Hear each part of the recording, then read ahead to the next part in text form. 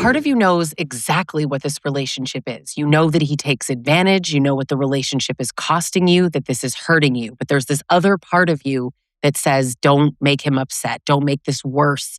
It's not that bad. I don't want to be the bad guy. Maybe I'm overreacting. And so many women think that this means that they're confused. You're not confused. I'm going to break down these two competing parts that keep women so stuck in abusive relationships. Why so much of this defensiveness becomes automatic, why you get close to leaving and then you pull yourself back in. This is not a problem of confidence. This is not that you're not angry enough.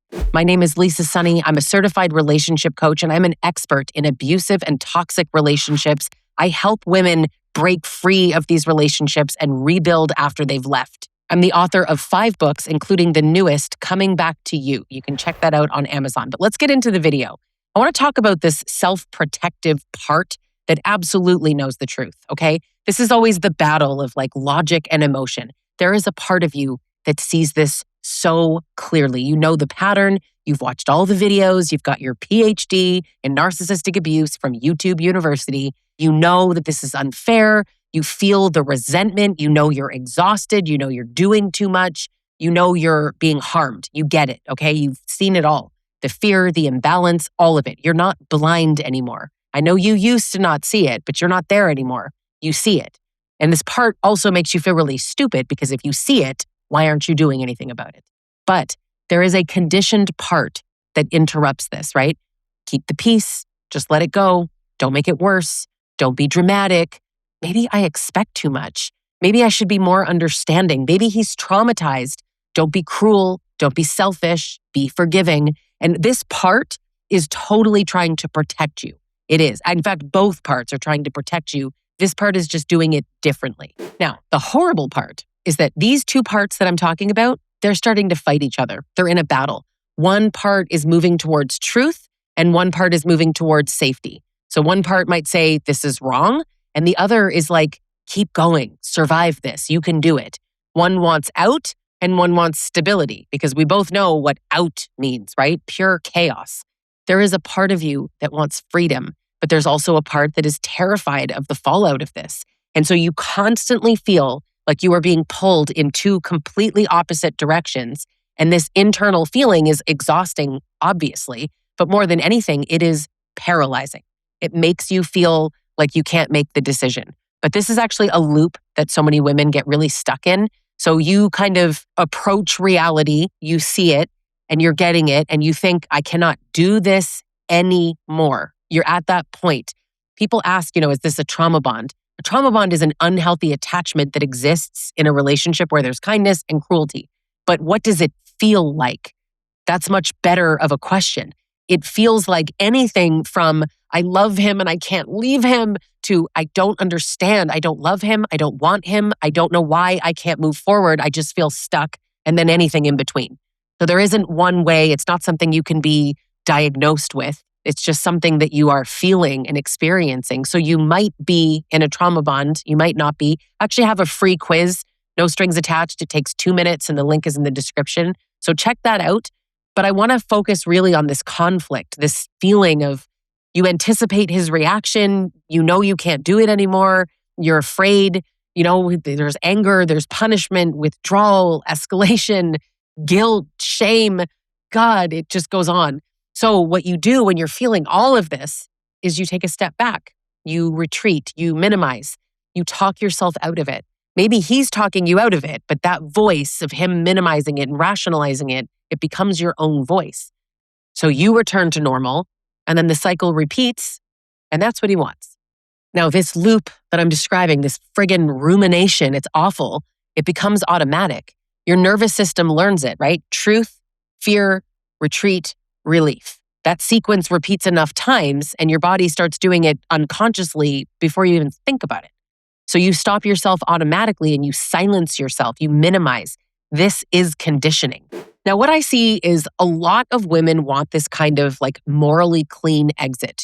How do I tell him and how do I do this without him getting upset? How do I deliver this message without some huge reaction or waiting for undeniable proof that you should leave or a perfect reason or people approving of it, your family, your community, fully understanding why you're doing this. You want no backlash. You want no guilt, no shame, no escalation. You want this clean exit. Nobody's upset with you. You're not the bad guy.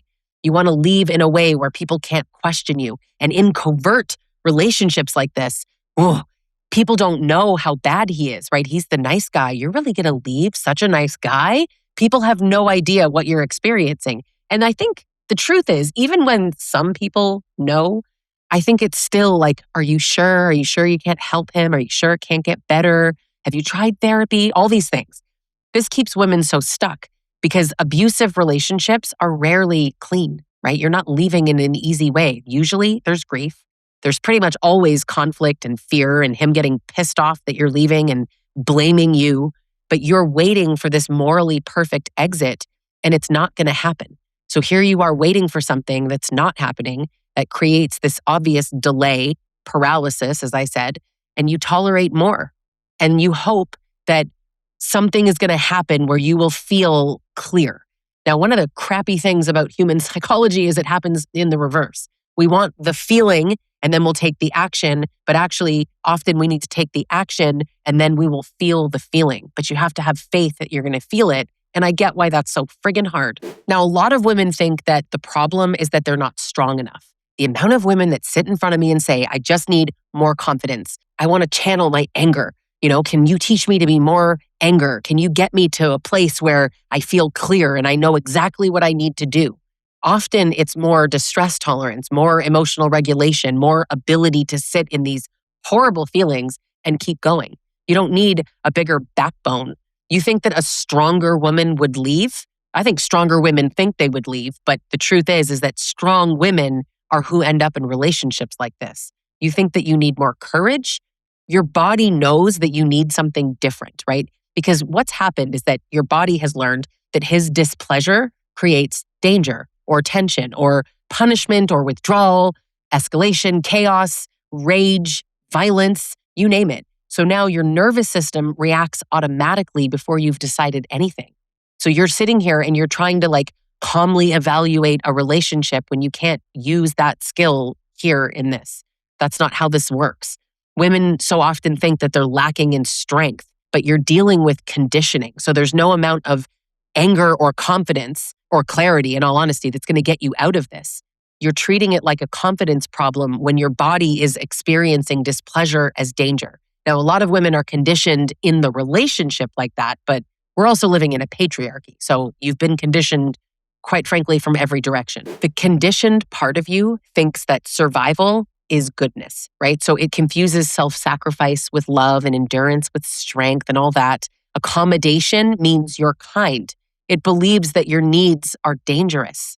Your needs are dangerous and his displeasure is also dangerous. So you sacrifice your needs and you lean into making him feel better. If you have boundaries, you're hurting him. If you leave him, you're selfish. It's something that you should feel guilty for. So if you have ever felt just completely sure that you need to leave and then you stayed and you talked yourself out of it within minutes or hours, notice how automatic that has become. Now, there's this self-protective part that I've been talking about, but this gets buried.